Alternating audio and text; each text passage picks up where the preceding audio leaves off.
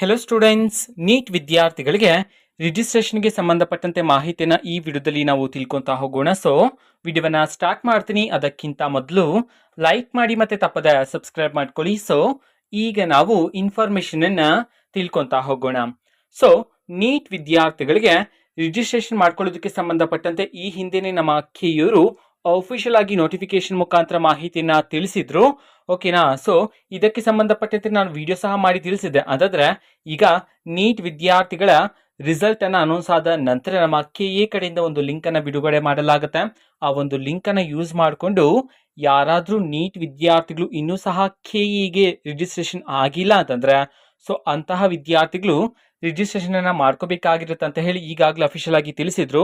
But ಇನ್ನೂ ಸಹ ನಮ್ಮ ಕೆಯವರು ಲಿಂಕ್ ಅನ್ನ ಬಿಡುಗಡೆ ಮಾಡಿಲ್ಲ ವಿದ್ಯಾರ್ಥಿಗಳಿಗೋಸ್ಕರ.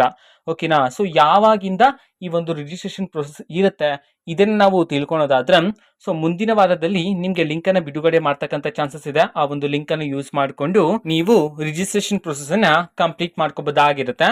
ಓಕೆನಾ. ಇನ್ ಕೇಸ್ ಮುಂದಿನ ವಾರದಲ್ಲಿ ಬಿಡುಗಡೆ ಆಗಿಲ್ಲ ಅಂತಂದ್ರೆ ಹೈಕೋರ್ಟ್ ಡಿಸಿಷನ್ ಜುಲೈ 8ನೇ ತಾರೀಕು ಇರ್ತಕ್ಕಂಥದ್ದು. ಸೊ ಆ ಒಂದು ರಿಸಲ್ಟ್ ನ ನಂತರ ನಿಮ್ಗಾದ್ರೆ ನಮ್ಮ ಕೆಯವರು ಲಿಂಕ್ ಅನ್ನ ಬಿಡುಗಡೆ ಮಾಡ್ತಕ್ಕಂಥ ಚಾನ್ಸಸ್ ಇದೆ. ಸೊ ವೆಯ್ಟ್ ಮಾಡ್ತೀರಿ.